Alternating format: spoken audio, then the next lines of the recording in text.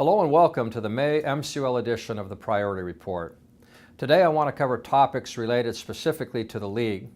In other reports this month, we'll touch on trends in the industry and the latest from CUSG. But first, let's focus on the League.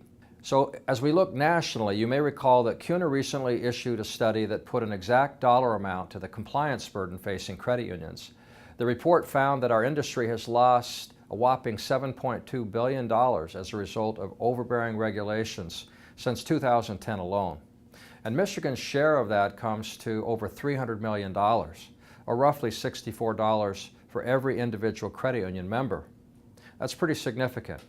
Since the release of the study, CUNA's Member Activation Program, or MAP, has launched a new website to help mobilize credit union members for advocacy regarding the regulatory burden. It's called easetheburden.com, and it includes consumer-facing information about the impact that the high cost of compliance has had on credit unions. And the site shows how regulation impacts credit unions negatively, not just in dollars and cents, but also with regard to how it restricts access to technology that members want, and results in higher rates and fees, and in some cases, less access to loan products and other services. So easetheburden.com also gives users a forum to tell their own stories about how the regulatory burden has impacted their credit union. There's also a Take Action button that connects to CUNA's Grassroots Action Center, where members can sign on to a letter to Congress rather, urging them to offer regulatory relief for credit unions and certainly for other financial institutions. Speaking of CUNA, we're also only a month away from CUNA's America's Credit Union Conference in Seattle. This is one of the credit union movement's biggest annual conferences, and we encourage our credit union community in Michigan to find time to make the trip to Seattle if possible for this really important conference.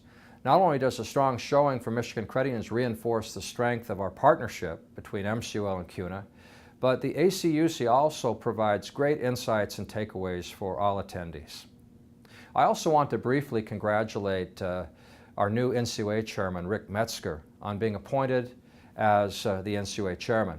As you know, April 30th was Chairman Debbie Matz's last day with the agency, and Vice Chairman Metzger was appointed to the chairmanship just a few days after that by President Obama. As a board member, Mr. Metzger has shown a willingness to listen to leaders from our industry on a variety of important policy issues. We all know that credit unions today face more regulation than ever before, and it's our hope that we can work together with the agency and with our new chairman to strike the right balance for tough but streamlined regulation and supervision for our movement. Now, talking a little bit more about governmental affairs closer to home, our team is in the home stretch on our Michigan Credit Union Act update, and we're awaiting scheduling for a full vote on the Senate floor. It's been a long road, but we anticipate having the full package approved and signed into law by the time the legislature leaves for the summer recess. So turning now to politics more broadly. Last month was the filing deadline for anyone wishing to run for office in Michigan, and more than 450 candidates have declared that they'll be seeking elected office, with 38 candidates declared for U.S. House seats representing Michigan and 418 declared for state races. The importance of grassroots advocacy remains so critically important to our credit union community, given this election season. Turning to compliance now, FinCEN recently released its final rule on customer due diligence, which the MCUL issued comment on recently. Our league was generally supportive of FinCEN's efforts to identify terrorist financing and money laundering operations, though we urged the agency to coordinate with NCUA and other state and federal agencies in order to limit the regulatory burden being placed on credit unions. There are a few changes to this final rule from its proposed form, so if you have questions or need clarification on anything, I want to encourage you to utilize our MCUL compliance helpline. It's one more way we're delivering comprehensive compliance solutions to our member credit unions. Credit unions should also continue to prepare for changes to the Military Lending Act that go into effect later this year. Credit unions will have to change some of their loan disclosures for military members, and CUNA and MCUL have been advocating for clarity from the Department of Defense on this issue. It's an important topic, so we want to urge you to follow it carefully as we get closer to the implementation date.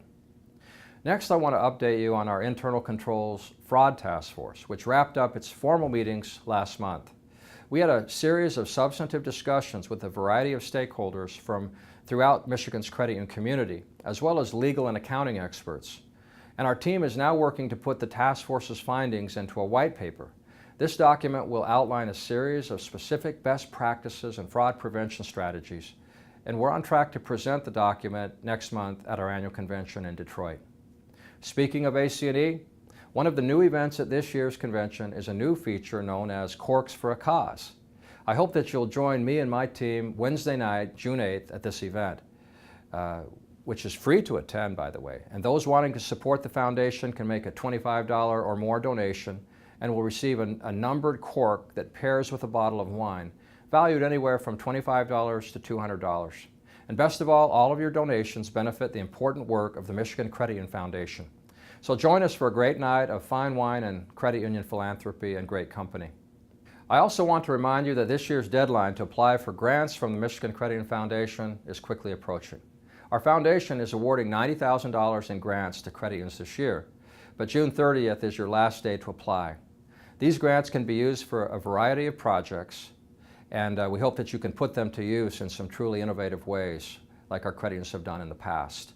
One example of past experience includes a documentary by Macomb County Credit Union highlighting the issues facing homeless veterans in the Detroit region.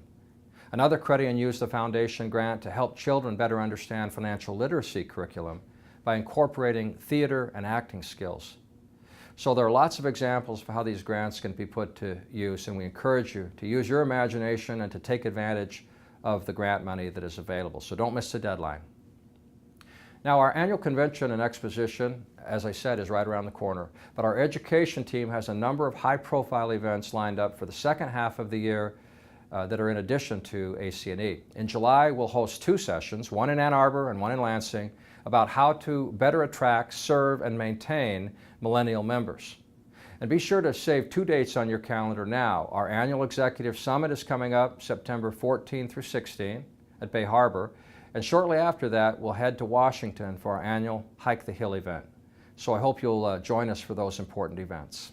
I also want to take a moment to mention a milestone that we're very proud of. Our CU-Link Cooperative Advertising campaign now has a 100% participation rate in Michigan, meaning every credit union in Michigan is taking part with at least a minimal amount of funding for the campaign.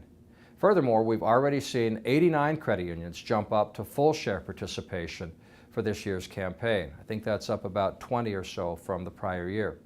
We often talk about the importance of speaking with one voice when it comes to advocacy, but the success of our cooperative advertising campaign is proof that Michigan's credit unions also see a benefit of speaking with a unified voice when it comes to promoting the credit union difference. So thank you all for your participation in this year's CU-Link campaign. Finally, I've mentioned our AC&E several times throughout this priority report, but this is the last chance I'll have to speak to you before that, so I want to encourage you one more time to join us June 9th through 11th at the Marriott at the Renaissance Center in Detroit for 3 days of insight, networking, information, and entertainment. The MCUL has put together an incredible slate of programming for this year's event. We have a terrific lineup of speakers who will be joining us. So whether you're looking for new strategies for recruiting and retaining millennial members, looking for lending tips, or if you just want to reconnect with your colleagues, the AC&E is the place to be this June in Detroit. So thanks again for watching.